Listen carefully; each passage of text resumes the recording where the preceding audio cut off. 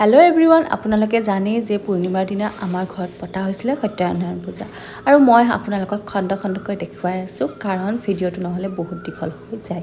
আৰু এই মোৰ কণমানিজনী দেখিছে নহয়, তাইৰ উৎপাত ইতিমধ্যে আৰম্ভ হৈ গৈছে আৰু ইপিনে সকলোৱে কামত নিজৰ ব্যস্ত হৈ আছে। ময়ো ব্যস্ত হৈছোঁ মোৰ নিজৰ কামত। মোক মায়ে দিনটোৰ ভিতৰত এটি কাম দিছিলে, সেইটো হৈছে পায়স বনোৱা আৰু পায়স বনোৱাত লাগি গৈছোঁ মই। পিঠাগুড়িও বনোৱাত ৰেডি হৈ গৈছে আমাৰ ওচৰৰে খুৰা-খুৰীসকল। কিমান ধুনীয়া এটি পৰিৱেশ, এই পৰিৱেশটোৰ কাৰণে যে মই সদায় মৰি থাকোঁ। ইতিমধ্যে আমাৰ আহি পাইছে পুৰোহিতগৰাকীও, তেখেতেও নিজৰ কামত ব্যস্ত হৈ আছে। চাহ দিয়াই চাহ দিছে, তৰকাৰী কটাই তৰকাৰী কাটিছে আৰু আমাৰ দিদি ব্যস্ত হৈ আছে মছলা পিছাত। অৱশ্যে আজি আমাৰ নিৰামিষ, যিহেতু সেই পূজাৰ সময়ত সকলোৱে নিৰামিষ খাব।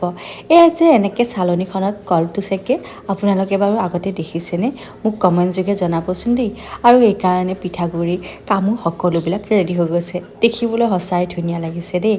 আজিলৈ ইমানেই, আকৌ লগ পাম অন্য ব্লগত।